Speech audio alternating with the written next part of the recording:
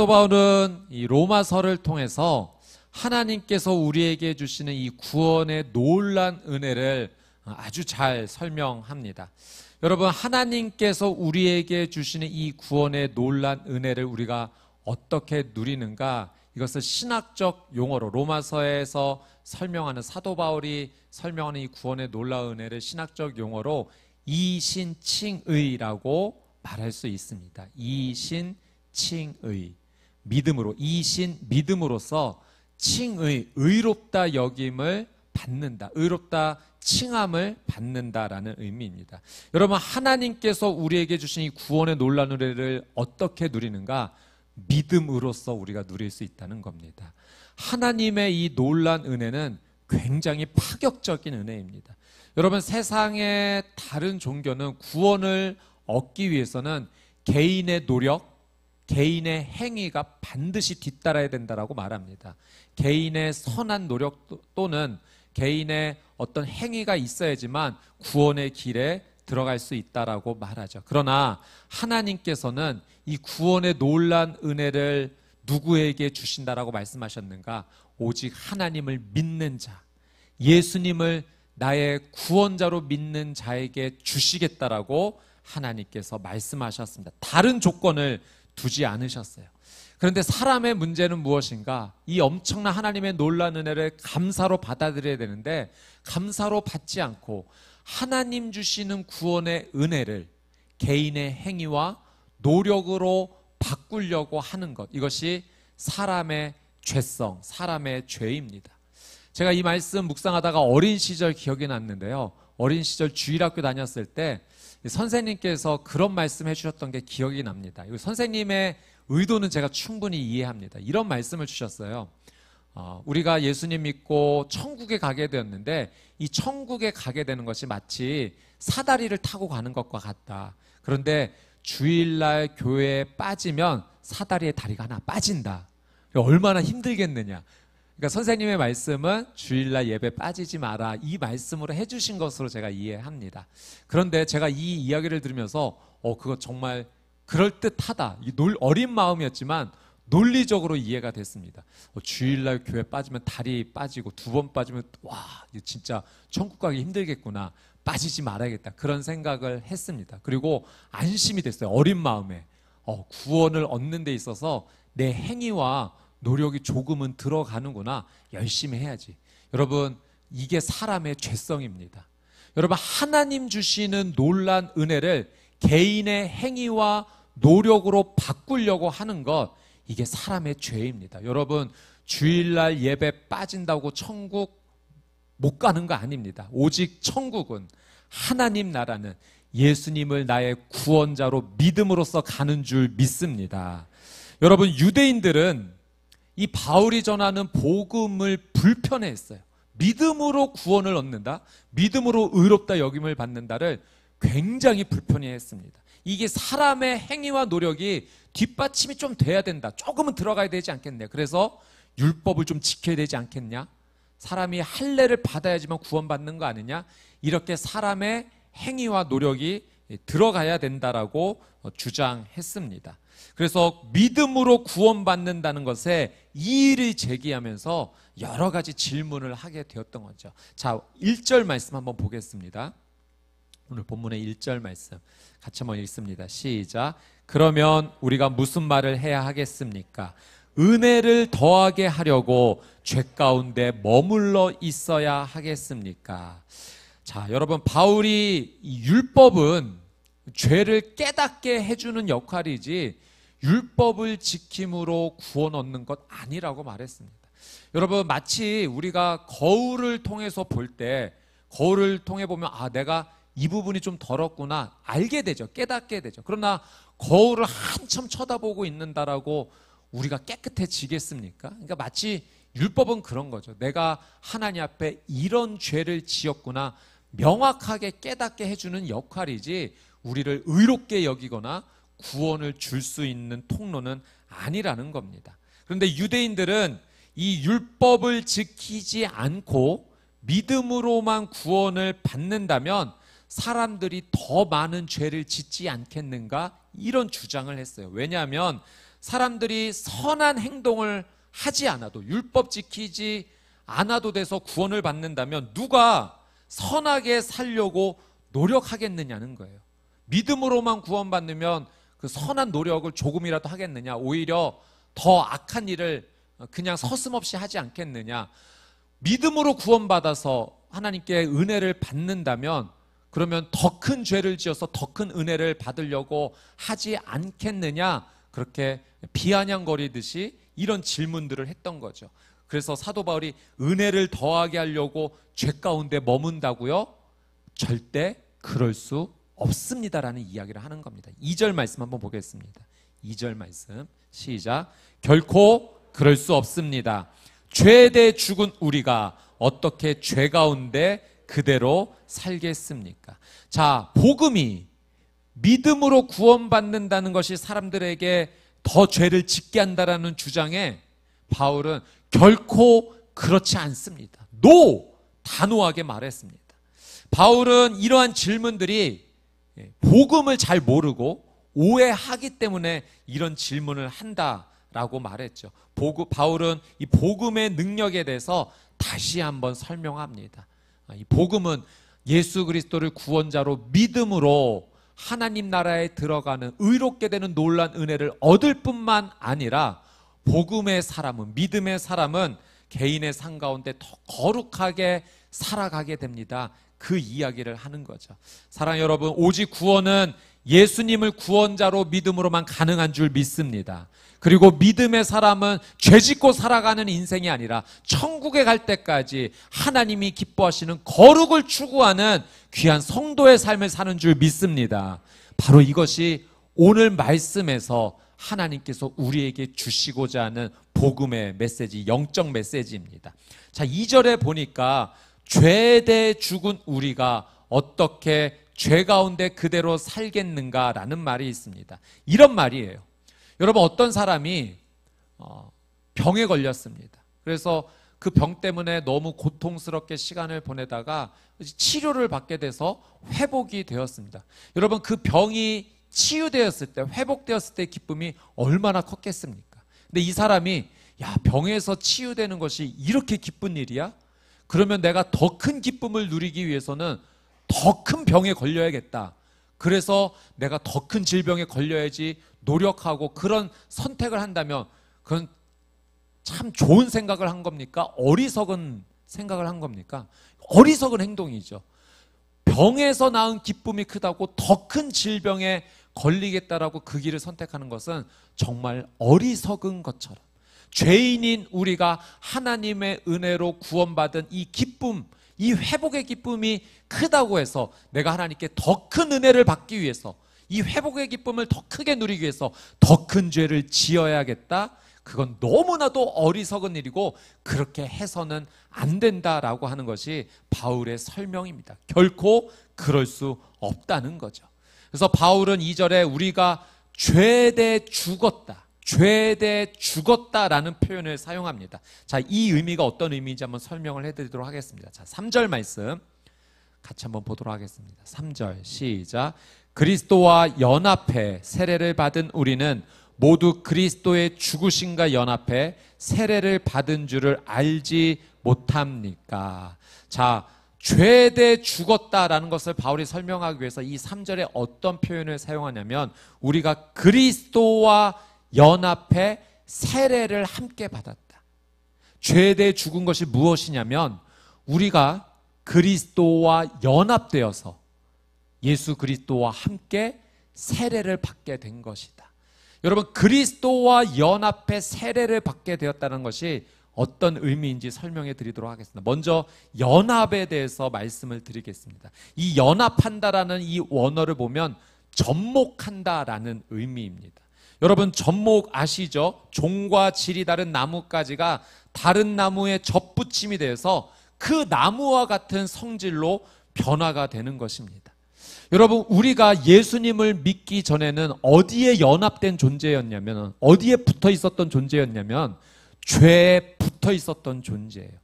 그래서 죄의 지배를 받고 살아갔던 그런 존재였습니다. 근데 예수님을 구원자로 믿음으로 그 죄에서 떨어져 나와 예수님께 접목이 된 겁니다. 예수님께 연합이 된 거예요. 예수님과 하나가 된 것입니다. 그래서 예수님으로부터 흘러나오는 놀라운 은혜가 우리의 삶 가운데 들어오게 된 거죠. 이것이 바로 예수님과 연합되었다라는 의미입니다. 자, 예수님과 함께 세례를 받았다라고 표현해요. 여러분, 세례, 이 밥티조는 물에 깊숙이 가라앉는 것을 말합니다. 여러분, 물에 들어간다, 깊숙이 들어간다, 이것은 죽음을 의미해요. 그 물에서 나온다, 생명을 상징합니다. 그러니 세례는 물에 깊숙이 들어갔다 나오는 것이므로 이 죽음과 생명을 같이 상징하는 것이죠. 우리가 예수 그리스도와 함께 하나가 되어 세례를 받았다는 것은 예수 그리스도와 온전히 하나가 돼서 그 예수님과 함께 죽음을 경험하고 생명으로 나오게 되었다라는 의미입니다. 여러분, 먼저 우리가 예수 그리스도와 하나가 되어서 죽음을 경험하게 됩니다. 여러분, 죄의 결과는 무엇입니까? 죄의 결과. 죄를 지은 사람의 마지막은 죽음이에요. 이 죽음으로 대가를 치러야 됩니다. 여러분, 하나님께서 아담과 하와에게 이 에덴 동산을 주시면서 동산 중앙에 있는 선과 악을 알게 하는 나무의 열매는 먹지 말아라. 먹으면 정령 죽으리라 말씀하셨어요. 근데 아담이 하나님의 말씀에 불순종했죠. 죄를 지은 겁니다. 그래서 그 선과 악을 알게 하는 나무의 열매를 먹음으로 어떻게 된 겁니까? 죄를 지음으로 말미암아 죽음이 찾아오게 된 거예요. 그 죄의 대가로 죽게 된 겁니다. 야고보서 1장 15절 말씀에도 욕심이 잉태한즉 죄를 낳고 죄가 장성한즉 사망을 낳느니라. 여러분, 죄의 마지막은 죽음이에요. 이 죄의 대가를 죽음으로 치러야 되는 겁니다. 이 죽음의 의미는 우리가 이 육신을 입고 살아갈 때 한 번 죽는 이 죽음을 의미하는 것일 뿐만 아니라 영원한 죽음, 지옥에서 불에 타는 그 고통에서 영원한 시간을 맞이해야 되는 그 영원한 죽음을 의미합니다. 여러분, 예수 그리스도의 이 십자가 죽음은 단순한 죽음이 아니에요. 예수님의 십자가 죽음은 나의 죄를 대신하여 죽어주신 죽음입니다. 내가 죽을 수밖에 없는 존재였는데 예수님께서 십자가에서 죽어주심으로 나를 대신하여 죄의 결과인 그 죽음을 대신 치루어 주신 것입니다. 정확하게는 그 나의 죄에 대해서 죽으신 거죠. 여러분, 바울이 우리가 믿음으로 예수님과 연합하여 하나가 되어 세례를 받게 되었다는 것은 예수님께서 십자가에서 죽으실 때, 그때도 내가 예수 그리스도와 하나가 되어 예수 그리스도께서 나의 죄의 결과인 죽음을 치르실 때 그 십자가에서 나의 옛사람이, 나의 죄된 옛사람이 예수 그리스도와 함께 십자가에 못 박혀 그 죄가 죽었다라고 하는 의미입니다.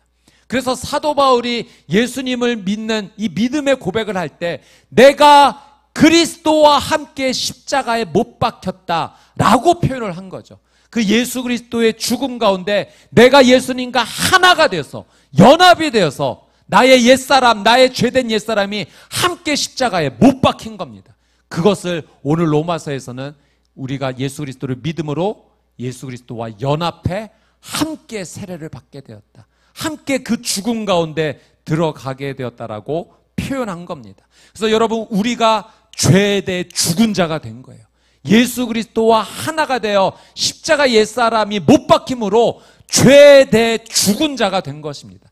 여러분, 이 죄에 대해 죽은 자가 되었다는 것은 이제 우리의 신분이 바뀌었다는 거예요. 이전에는, 이 죄에 대해 죽기 이전에는 죄에 연합된 자로서, 죄에 붙어있던 자로서 죄의 죽음인, 죄의 결과인 죽음으로 말미암아 영원한 지옥으로 죽을 수밖에 없는 존재였는데 예수 그리스도와 하나가 되어 십자가에서 우리의 옛사람이 죽음으로 말미암아, 죄에 대해 죽은 자가 됨으로 말미암아 지옥에 가는 자가 아니라 천국에 가게 되는 신분으로 바뀌었다는 겁니다. 여러분, 죄에 대해 죽은 것, 예수 그리스도와 하나가 되어 십자가에 나의 옛사람이 죽은 것, 이로 말미암아 지옥 갈 우리의 신분이 바뀌어 천국 갈 신분이 된 줄 믿습니다. 그러므로 우리가 죄에 대해 죽은 자가 되었기 때문에 더 이상 죄가 우리에 대해서 어떤 주장도 하지 못하게 되는 거예요. 이전에 죄의 지배 아래에 있을 때는 우리를 끌고 지옥으로 가자라고 주장했지만 이제 예수 그리스도와 하나가 되어 죽었기 때문에, 죄에 대해 죽었기 때문에 죄는 어떤 주장도 우리에게 대해 하지 못하게 됩니다. 우리가 예수 그리스도와 함께 죄에 대해 죽었기 때문입니다.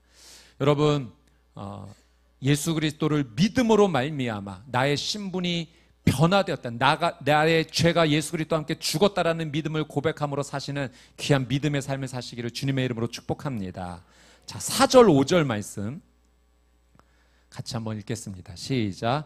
그러므로 우리는 그리스도의 죽으심과 연합해 세례를 받음으로써 그분과 함께 묻혔습니다. 이는 그리스도께서 아버지의 영광으로 인해 죽은 자들 가운데서 살리심을 받은 것처럼 우리도 또한 새 생명 가운데서 살게 하려는 것입니다. 우리가 그리스도의 죽으심과 같은 죽음으로 그분과 연합한 사람이 됐다면 분명히 우리는 그리스도의 부활하심과 같은 부활로도 그분과 연합한 사람이 될 것입니다. 아멘. 자, 이제 이 4절 5절은 우리의 생명에 대해서 설명을 합니다. 여러분, 예수 그리스도와 함께 연합해 세례를 받음으로 우리가 완전히 죽게 됐죠. 죄에 대해 죽게 됐죠. 우리의 신분이 완전히 바뀌게 되었습니다. 그 다음에 우리가 경험하는 것, 예수 그리스도와 하나가 되어 경험하는 것은 생명을 경험하게 된다는 겁니다. 예수님께서는 십자가 죽음으로 끝나지 않으셨어요.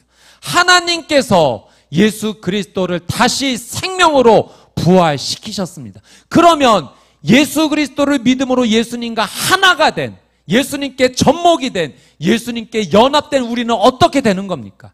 여러분, 예수님이 죽음으로 끝나지 않으시고 다시 부활하셨기 때문에 예수님과 연합된 우리도 죽음으로 끝나지 않고 새 생명으로 살아나게 될 줄 믿습니다.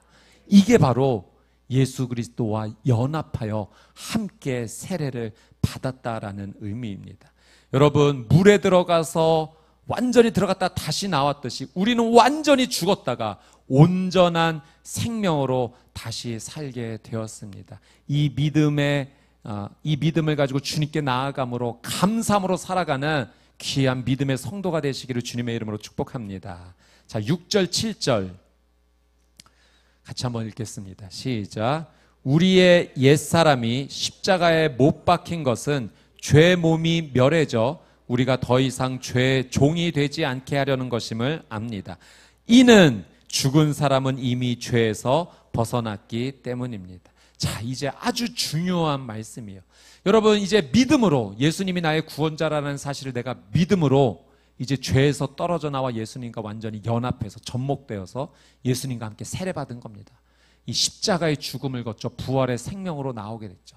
자, 이런 믿음을 가진 성도가 이제 신분이 완전히 바뀌어서 지옥 갈 그런 존재가 천국에 가게 되었는데, 이 천국에 들어갈 때까지 이 믿음의 성도가 어떻게 살아야 될 것인가, 믿음의 사람은 이 땅에서 어떻게 살아야 될 것인가를 설명하는 아주 중요한 말씀입니다.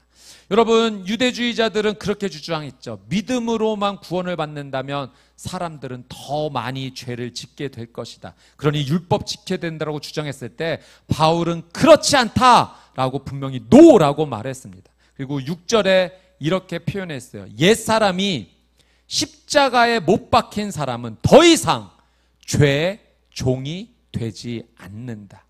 여러분, 죄의 종이 되지 않는다는 것은 우리가 이제 더 이상 죄의 지배를 받지 않는다는 거예요. 우리가 죄의 지배 아래 있었던 존재인데 예수님 믿음으로 나오게 된 거예요. 자유하게 된 거예요. 이전에는 죄가 나에 대해서 왕노릇했습니다. 그래서 우리가 죄 지배 아래서 질질 끌려다녔어요. 완전히 죄는 우리의 폭군이었어요. 죄가 말하는 대로 살아야 됐어요. 죄가 말하는 대로 죄를 지어야 됐고, 죄의 구렁텅이에서 고통 가운데 이 죄를 지으며 살아갈 수밖에 없었던 그런 존재였습니다. 그런데 우리가 예수 그리스도와 연합하여 옛사람이 우리의 죄된 옛사람이 십자가에 못 박혀 죽음으로 말미암아 이제는 더 이상 우리가 죄의 명령을 듣지 않아도 됩니다. 죄의 집에서 완전히 벗어났기 때문이에요. 여러분, 이것이 우리의 신앙생활에 너무나 중요합니다. 팀 켈러 목사님께서 이것을 한 이야기로 설명을 해드렸는데 아주 이해하기 쉽게 설명을 해주셨어요. 여러분, 어떤 한 나라가 적의 군대가 침입해서 그 나라를 빼앗겼습니다. 그 나라의 국민들이 이제 어떻게 삽니까? 적의 군대 아래서 그 종의 신분, 포로의 신분으로 살아갈 수밖에 없어요. 자유를 완전히 빼앗긴 겁니다. 그 적군의 지배 아래서 고통당하며 이게 살고 있다가 아군이, 우리나라 군대가 다시 힘을 얻어서 적군을 몰아내고 다시 그 나라를 회복한 겁니다. 그러면 국민들은 어떻게 되겠습니까? 이제 자유를 얻게 된 거예요. 이제 더 이상 적의 지배 아래 놓이지 않게 되었습니다. 근데 이 적들이 패배하며 물러가다가 몇몇 적군들이 덤불에 숨어서 아직 살아있는 거예요. 그리고 게릴라군으로 남아서 그렇게 계속 국민들을 조금씩 괴롭히고 있습니다.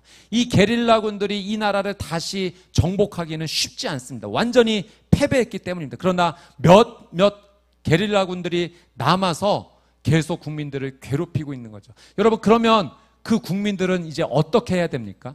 그 남아있는 게릴라군이 이전에 명령했던 대로 그 적군이 명령하면 그대로 따라 순종해야 되는가요? 그럴 필요가 없어요. 이미 패배했기 때문입니다. 이 적의 게릴라군이 명령한다고 해서 그 명령을 따를 필요가 없는 거예요. 그럼 어떻게 해야 됩니까?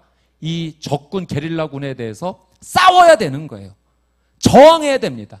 그 국민들을 힘들고 괴롭히게 하면 그렇게 하지 못하도록 싸워야 되는 것이죠. 여러분, 마찬가지입니다. 우리가 믿음으로 예수 그리스도를 나의 구원자로 믿음으로 우리가 구원을 받게 되었고, 이제 죄 지배에 있었던 우리의 신분이 완전히 바뀌게 되었습니다. 이제 예수님과 연합해 죄대 죽었고 새 생명을 얻은 신분이 되었죠. 천국에 가는 그런 존재로 완전히 바뀌게 되었습니다. 여러분, 그런데 우리가 그 천국에 들어갈 때까지 이 죄의 영향력이 남아서 우리를 괴롭힐 수 있다는 거예요. 남겨진 게릴라처럼 우리를 괴롭힐 수 있습니다. 그럼 이제 우리는 어떻게 됩니까? 그 죄의 명령에 따라야 됩니까? 그럴 필요가 없는 거예요. 어떻게 해야 돼요? 이 죄에 대해서 저항해야 됩니다. 싸워야 돼요. 이것이 믿음의 사람, 천국에 가게 된, 예수님을 나의 구주로 고백하게 된 사람의 신앙의 모습이에요. 여러분, 구원받은 성도는 천국에 들어갈 때까지 하나님이 원하시는 거룩을 따라 살아야 되고, 우리를 죄의 자리로 다시 끌고 가는 그 죄의 공격에 대해서 저항하며 싸워야 될 줄 믿습니다. 이것이 바로 성화예요. 천국에 들어갈 때까지 믿음의 성도가 이 땅에서 하나님 기뻐하시는 그 뜻을 따라 거룩으로 살아가고자 노력하는 모습. 그래서 천국에 들어가서 하나님 기뻐하시는 그 나라에 입성할 때까지 죄와 싸워야 되는 모습입니다. 하나님께서 우리에게 원하시는 모습이죠. 여러분, 성 어거스틴이 이렇게 말했어요. 구원받기 이전에 우리의 모습이 어떤 모습이었는가?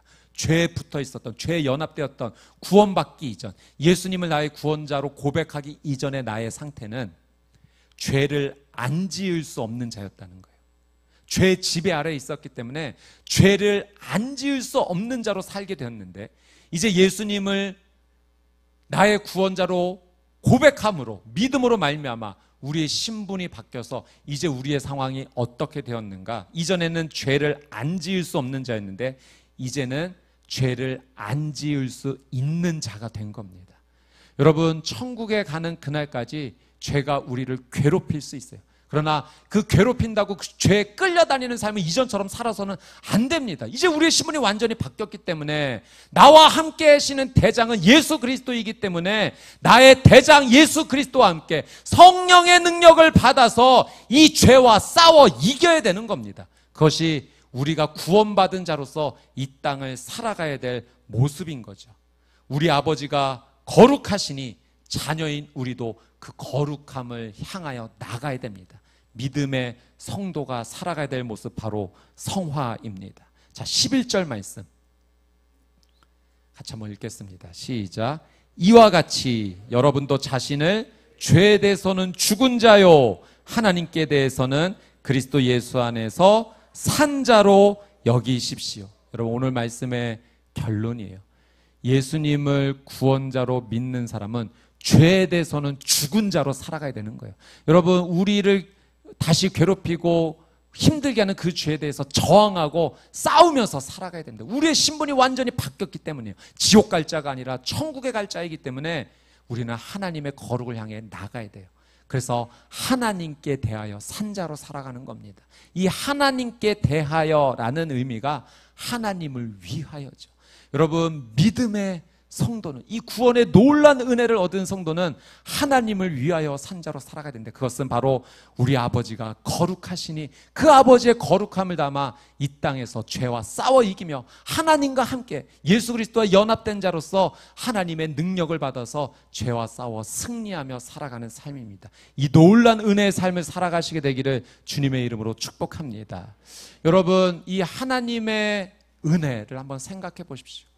여러분, 지옥 갈 수밖에 없었던 나였는데 어떻게 우리가 천국에 가게 되는 그 놀란 은혜로 우리의 신분이 바뀌게 되었나요? 여러분, 이건 말로 설명할 수 없는 하나님의 놀라운 사랑입니다. 그 하나님의 사랑이 나를 구해 주신 겁니다. 그 하나님의 사랑은 죄로 말미암아 죽을 수밖에 없었던 나를 대신하여 하나님께서 대신 생명의 값을 치러주신 놀라운 사랑입니다. 말씀을 묵상하면서 예전에 한 목사님께서 해주셨던 이야기가 생각이 났어요. 그 이야기를 통해서 하나님께서 나를 얼마나 사랑하시는지, 또 그 사랑 앞에서 살아가는 자는 어떻게 변화되어서 어떻게 삶이 하나님 원하신 뜻대로 살아갈 수 있을지 우리는 이 이야기를 통해서 느낄 수가 있습니다. 제가 이 이야기를 좀 한번 들려드리도록 하겠습니다. 한 장로님께서 이제 교사로 계셨을 때 있었던 이야기를 이렇게 글로 적으신 내용인데요. 전교생 100명 모이는 파주의 작은 학교에 근무할 때였다. 5학년 정재수라는 아이가 전학을 왔다. 어머니는 가출하고 아버지는 노동일로 술로 세월을 보내고 있었다. 그 틈에서 이 아이는 잡초가 되어 있었다. 전학 첫날부터 아무데나 침뱉고 남학생들은 때리고 여자아이들은 가슴 만지고 선생님께 쌍욕을 하고 복도에 오줌 싸고 뱀을 잡아 갖고 와서는 교실마다 다니며 난리를 피우고 담배꽁초를 주어 담배 피우고 뺏은 돈으로 본드하고 학교 기물을 파손했다. 도저히 함께 학교 생활을 할 수 없을 지경에 이르렀다. 선생님들과 깊이 회의한 결과 모두를 위해서는 이 아이를 학업을 중단시키는 것이 옳다고 여겨졌다. 학부모님들도 이 아이를 학교에서 내보내지 않으면 전교생이 등교 거부하겠다고 으름장을 놓았다. 나는 학부모님들께 한 달간의 기간을 달라고 사정했다. 만약에 한 달 후에도 이 아이의 행동에 변화가 없으면 나도 함께 학교를 떠나겠다라고 말했다. 온종일 나는 재수와 함께 생활했다. 아침에 오면 선생님들이 돌아가면서 준비한 아침밥을 먹이고 재수를 보듬어 안고 기도를 했다. 공부도 가르치고 화장실도 운동장에서 공차기도 밥 먹는 것도 함께 했다. 틈만 나면 나는 재수를 껴안고 나는 재수가 좋아하며 함께 즐겁게 지냈다. 모든 선생님들도 이 아이를 보면 안아주고 재수야 사랑해 라고 말해주었다. 그렇게 3주가 흘러갔다. 아침에 함께 안고 기도를 해주는데 재수가 갑자기 엉엉 소리내어 울기 시작했다. 한없이 울기 시작했다. 다음 날 아침 일찍 학교에 오더니 재수는 내 방에 들어 화분에 물을 주고 청소를 하고 1층, 2층 복도를 깨끗이 닦았다. 화장실 청소도 했다. 그리고 호주머니에서 초코파이 2개 꺼내어 내게 주더니 또 울기 시작했다. 나도 재수를 안고 한없이 울었다. 세상의 모든 것을 얻은 것처럼 기뻤다. 교사의 보람과 희열을 느끼는 시간이었다. 이제 재수는 재수 없는 아이에서 재수 좋은 아이로 변하기 시작했다. 선생님께 90도 각도로 허리를 굽혀 인사하고 아이들은 덩치도 좋고 잘생긴 재수를 무척 따르고 좋아했다. 손재주가 좋아서 학교 크고 작은 일에 재수의 손이 안 미친 곳이 없을 정도였다. 이제 재수는 사고뭉치에서 학교의 보물이 되었다. 졸업하기 하루 전날 내 방에 들어와 한참을 나를 보더니 와락 안고 울기 시작했다. 그리고 편지 한 장을 내게 주더니 이렇게 말했다. 선생님, 할아버지 선생님 감사합니다. 이제 정재수도 열심히 살겠습니다. 감사합니다. 나도 재수도 소리를 내어 엉엉 울었다. 졸업하는 날 재수는 가장 모범생이 되어 학생과 선생님과 학부모의 축복 속에 졸업했고 총동문회에서 3년간 중학교 장학금을 주었다. 여러분, 사랑받지 못해서 자라났던 한 아이, 정말 잡초처럼 자랐던 아이, 어디를 가든 환영받지 못했고 늘 사고뭉치였는데 처음으로 사랑을 받아본 겁니다. 그리고 그 사랑이 이 아이를 변화시킨 거예요. 아무런 조건 없이 흘려보내주는 그 사랑 앞에 사고뭉치 아이가 이제 학교에 보물이 된 겁니다. 여러분, 우리가 바로 그런 존재 아닙니까? 죄에 연합돼서 진짜 사고뭉치 잡초처럼 살고 있던 나를 하나님께서 불쌍히 여겨주셔서 이대로 뒀다가는 영원한 지옥에서 죽음을 맞이할 수밖에 없으니 영원한 생명을 주시려고 나를 그 죄의 구렁텅이에서 꺼내주신 겁니다. 근데 그 꺼내주실 때 나 대신, 죽을 수밖에 없는 나 대신 하나님께서 대신 생명의 값을 치르셔서 나 대신 죽어주신 것입니다. 여러분, 바울은 하나님의 이 놀라운 사랑, 예수 그리스도의 이 놀라운 사랑 앞에 완전히 엎드리게 된 거예요. 자신의 삶을 보니 죽을 수밖에 없었던, 죄의 구렁텅이에 살아갈 수밖에 없었던 자신을 나 대신 죽어주신 예수 그리스도를 바라보니 그 사랑 앞에서 완전히 무너져 내렸던 거죠. 그 예수 그리스도와 하나가 되게 해주셨습니다. 그리고 그 십자가에서 나의 옛사람, 죄된 옛사람이 함께 못 박혀 죽게 하셨어요. 그래서 죄대 죽은 자로 살게 하신 겁니다. 우리의 신분이 완전히 바뀌게 된 거예요. 그러니 이런 죄대 죽은 자가 되었더니 더 이상 이제 죄 명령을 듣지 않아도 되는 거죠. 하나님의 사랑 앞에 감사하며 하나님께서 기뻐하시는 거룩한 삶으로 변화되는 겁니다. 이것이 바로 성화예요. 천국에 들어갈 때까지 믿음의 성도가 살아가야 될 삶의 모습입니다. 사랑 여러분, 예수 그리스도를 믿음으로 우리의 신분이 이제 완전히 바뀌었어요. 누가 뭐래도 우리는 예수님을 믿기 때문에 천국 갈 겁니다. 그런데 천국에 가는 그날까지 죄의 영향력이 우리를 괴롭힐 수 있어요. 여러분, 우리를 괴롭히는 죄에 대해서 가만히 있지 마십시오. 이제는 싸우셔야 됩니다. 저항해야 됩니다. 예전에는 우리가 그 죄가 명령하는 대로 이끌려갔지만 이제는 싸워 이겨야 돼요. 이제 나 혼자 싸우는 것 아니고 예수 그리스도와 함께 싸우는 겁니다. 이미 예수 그리스도께서 사단의 머리를 밟아 으깨 놓으셨는 줄 믿습니다. 그러니 예수님과 연합하여 예수님과 함께 이 죄와 싸워 이겨야 돼요. 사랑 여러분, 이 하나님의 놀라운 사랑을 의지함으로 예수님을 나의 구원자로 믿음으로 천국에 가게 되었다는 이 믿음으로 기쁨의 삶을 살면서 우리가 사는 삶의 자리에서 성화를 이루며 하나님 기뻐하시는 거룩한 자녀로 그렇게 믿음으로 승리하는 저와 여러분의 삶이 되시기를 주님의 이름으로 축복합니다. 아멘.